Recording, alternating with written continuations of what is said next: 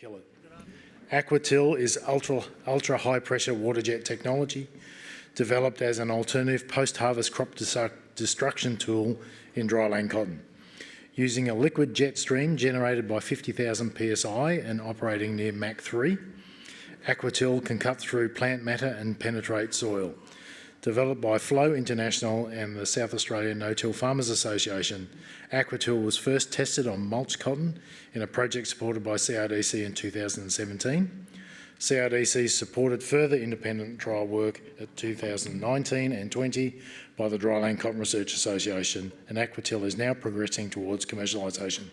I'd like to welcome Greg Butler from the South Australian No-Till Farmers Association. Thanks, Greg. Thank you, Ian.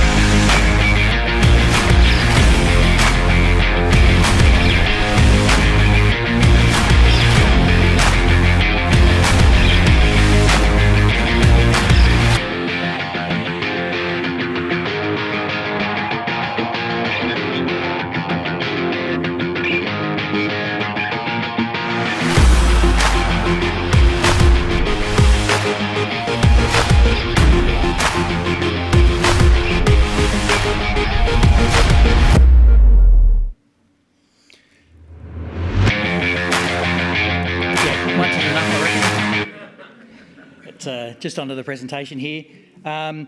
So yeah, we've been working on this for a while, and I was at the 2018 Cotton Conference, and I guess a lot of it came down to, well, you know, when can we get it? Who's going to service it? You know, those sort of actual practical questions. So we spent a fair bit of time doing that. The AquaTill comes in two forms. We actually originally invented it as a liquid coulter, which it does really well at cutting in particular wet residue, you know, hairpinning and all that sort of trouble. But Darren Hart from Keytah reached out to me and said, "Do you think we can kill cotton with it?" That was about 6 years ago, and since then I've had a great working relationship with Darren in basically trialling it and developing new designs and so forth.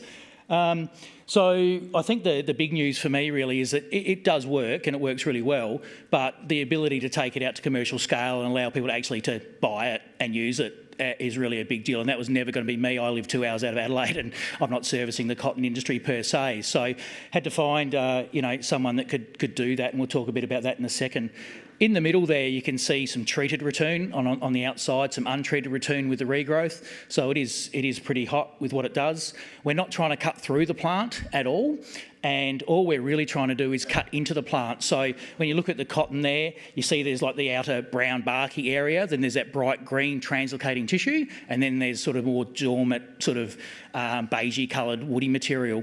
All we're really trying to do is get the chemical into that translocating tissue. If you cut it right off, the chemical actually is going through and the plant rejects the top of the plant. We need to keep the back of that plant translocating, okay? So that's actually where we see the highest efficacy. So we don't need to cut too far into it. We're probably thinking that a 20% cut into it, and if you imagine a circle, cutting 20% of that nearly gives you about a third of that green material where you're depositing the herbicide. I'd also like to really thank Titan Agri. We wanted to get this on label, so again that people could use it, and they've developed a label for us which is fantastic. It's a pretty robust label at the moment. We expect the usage rates to come down and a bunch of other things to happen, but we wanted to get it out there, and that's now happening. We're using it under permit at the moment and expecting it to be on the Floxipur 400 label by the 1st of September, so a couple of weeks' time. This data is from the 16-row machine that Keytah acquired about a month or month and a half ago. That's the one in the video. And what this is looking at is 2 different speeds, so the orange and the blue, and the penetration into the stem for some different stem diameters. If you want to talk more about this data, I'm more than happy to run it through with different people. But in effect, what it says is we've got plenty of room for power up our sleeve. Even if you look at this, these 14 to 16 mil stalks, we're still getting nearly 40% penetration. So that means we can go faster or pull back on the power that it uses. And you look here and you look at the difference between the two. This is very consistent with the wheat liquid coulter work that we did, is that if you go twice the speed, you don't halve the cutting power. It's not a linear relationship.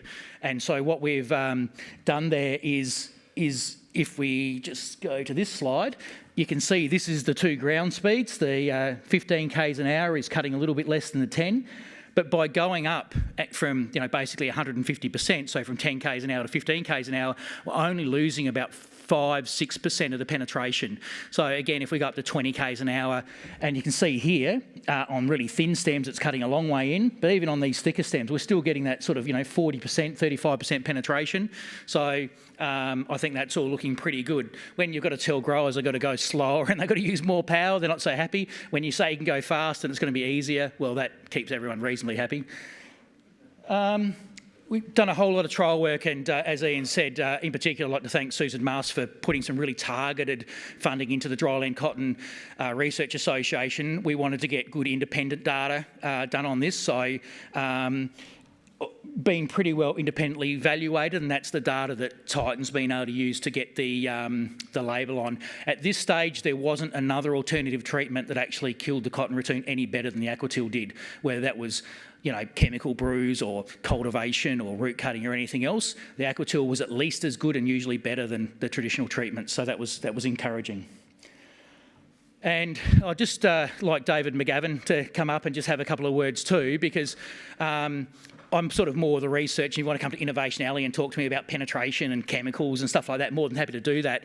But I just wanted David to have a little minute here as well, because the ability to buy and sell and service it, as I think right now, is actually the biggest barrier to commercial adoption. Thanks, David. Very good, thanks, Greg. Yeah, I'm Dave McGavin from PSS Ag, so we're excited to get involved with the project. I've known Greg some way or form for 10 years or more, when Greg was doing demos around the place, and found it quite exciting when he called us and asked if we'd wanted to be involved in the project, bring it to market. And of course, when I heard Sundown Pastoral, Nick Gillingham and Darren Hart involved in it, we were quite excited to bring a full-size machine to market, which we've been working on for a couple of months to get to the field, and now Darren's got it in the field out there, and it's a work in process, and it'll take some improvement, but as far as a first one-off in the field full life-size project, we're fairly happy with where we're at, and yeah, look forward to taking it forward. I guess we felt that we had a lot of synergies with our existing business, where we've got a large service area. This is somewhat in the off-season for us, and got a lot of existing cotton growers that are customers of ours that we feel we can help. So yeah, just like to thank Sanford, Greg Butler, CRDC and Cotton Conference for letting us have a talk today. Thank you. I'd like to take this last 30 seconds as well, just to talk about leadership in the industry. Sometimes leadership's measured by how many bales you grow per litre, or how many tonnes you grow per hectare, and all those sort of things, but leadership can be taking on risk. And I'd personally like to thank Darren Hart and David Statham in particular. The Good Earth cotton, they don't want to dig up the ground. They're northern properties, they put a root cutter in it, it just eats it up. And being able to stay out the ground for a bunch of reasons and take the risk along with Dave McGavin in putting the first commercial machine out there isn't to be taken lightly.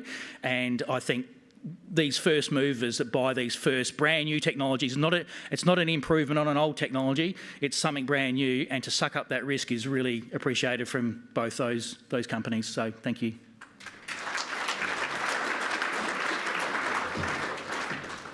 Thanks, Greg, and so true. Great to have innovators, but good to have people that are actually prepared to put it into the paddock.